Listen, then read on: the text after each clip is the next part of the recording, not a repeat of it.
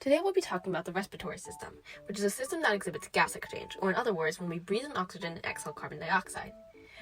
This system is one of three systems in our body that regulate acid and base balances. The oxygen returns to the heart after being used by the tissue or around the body, and now the blood is deoxygenated, which means there's a higher concentration or partial pressure of CO2. O2 can be transferred by plasma, but is typically transferred by blood cells. Oxygen is transported down by hemoglobin and can dissociate to form Hb plus O2. That oxygen can then enter the fluid and enter the tissue. Carbon dioxide is transported in multiple different ways. About 10% dissolved in plasma, 20% reacted with the hemoglobin, and 70% is bicarbonate plasma. Bicarbonate is the buffer of the respiratory system and maintains the pH of the blood. So when and where does gas exchange occur?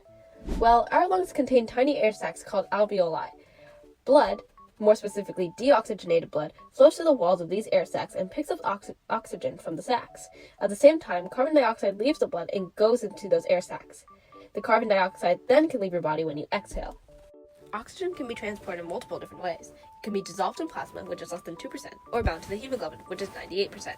A real-life example is asthma, which can cause a large drop in plasma bicarbonate concentration. Plasma bicarbonate is the buffer of the respiratory system, and a drop in it can cause acid and base imbalances.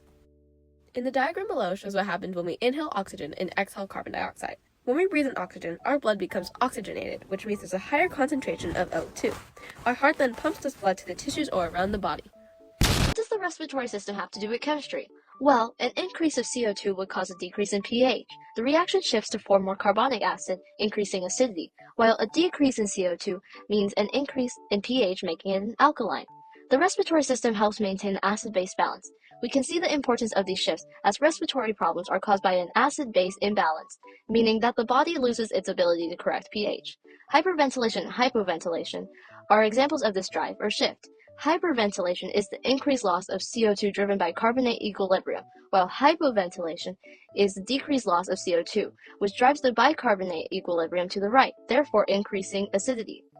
The system shifts via Le Chatelier's principle, which states that in the factors that govern the chemical equilibrium of a system, it will cause the system to respond in a manner that counteracts this change.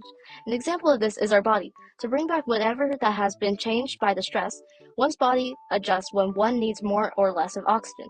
There are sensors in our brain that know when you need more oxygen or less of carbon dioxide in your blood, which would cause your body to breathe harder.